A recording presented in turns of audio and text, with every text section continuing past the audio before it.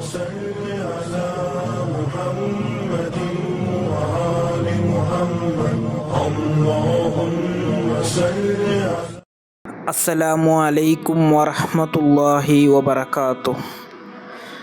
ಬಿಸ್ಮಿಲ್ಲಾ ವಲ್ಹಮ್ದುಲಿಲ್ಲಾ ವಸ್ಸಲಾತು ವಸ್ಸಲಾಮು ಅಲಾ ಅಶ್ರಫಿಲ್ ಮುರ್ಸಲೀನ್ ವ ಅಲಾ ಆಲಿಹಿ ವಸ್ವಹ್ಬಿಹಿ ಅಜ್ಮഈನ್. ಅಮ್ಮಾ ಬಅದ್.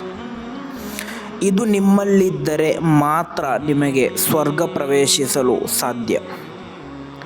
ಇಮಾಮ್ ತುರ್ಮುಜಿ ರಲಿಯಲ್ಲಾಹು ಅನ್ಹುರವರು ವರದಿ ಮಾಡಿದಂತಹ ಹದೀಸ್, ಜಾಬಿರ್ ಬಿನ್ ಅಬ್ದಿಲ್ಲಾ ರಲಿಯಲ್ಲಾಹು ಅನ್ಹುರವರಿಂದ ನಿವೇದನೆ.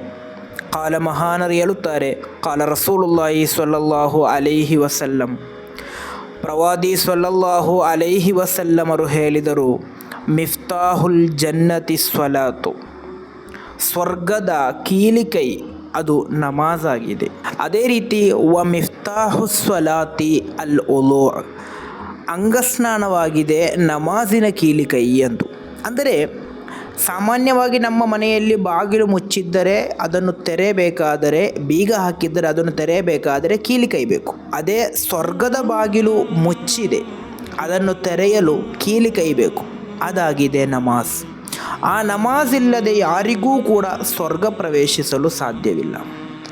ಅದೇ ರೀತಿ ಆ ನಮಾಜ್ ಪರಿಪೂರ್ಣವಾಗಬೇಕಾದರೆ, ನಮಾಜ್ ಸ್ವೀಕಾರ್ಯವಾಗಬೇಕಾದರೆ ಅಂಗಸ್ನಾನ ಬೇಕು. ನಮ್ಮ ವಿಷಯ ನಮಾಜ್ ಇಲ್ಲದೆ ಯಾರಿಗೂ ಕೂಡ ಸ್ವರ್ಗ ಪ್ರವೇಶಿಸಲು ಸಾಧ್ಯವಿಲ್ಲ ಎಂದು. ನಾಳೆ ಮಹ್ಶರದಲ್ಲಿ ಮೊದಲು ಅಲ್ಲಾಹನು ಪ್ರಶ್ನಿಸುವಂತಹ ಪ್ರಶ್ನೆ ನಮಾಜಿನ ಕುರಿತಾಗಿದೆ. ಆದ್ದರಿಂದ ಜೀವನದಲ್ಲಿ ನಮಾಜನ್ನು ತ್ಯಜಿಸಿದಂತಹ ವ್ಯಕ್ತಿ ಹೇಗೆ ತಾನೇ ಅಲ್ಲಾಹನ ಮುಂದೆ ರಕ್ಷೆ ಹೊಂದಲು ಸಾಧ್ಯ? ಆದ್ದರಿಂದ ನಮಾಜ್ ಮಾಡದೆ ನಮಾಜನ್ನು ನಿರ್ಲಕ್ಷಿಸುವಂತಹ ವ್ಯಕ್ತಿ ಸ್ವರ್ಗವನ್ನು ಆಗ್ರಹಿಸುವುದು ಸುಮ್ಮನೆ.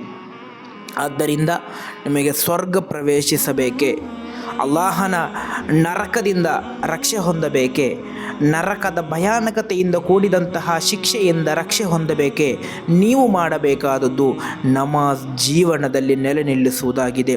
5 ವಕ್ತ್ ನಮಾಜನ್ನು ಕಲಾ ಇಲ್ಲದೆ ಜೀವನದಲ್ಲಿ ನಿರ್ವಹಿಸುವಂತಹ ವಿಶ್ವಾಸಿಗಳಾಗಬೇಕು.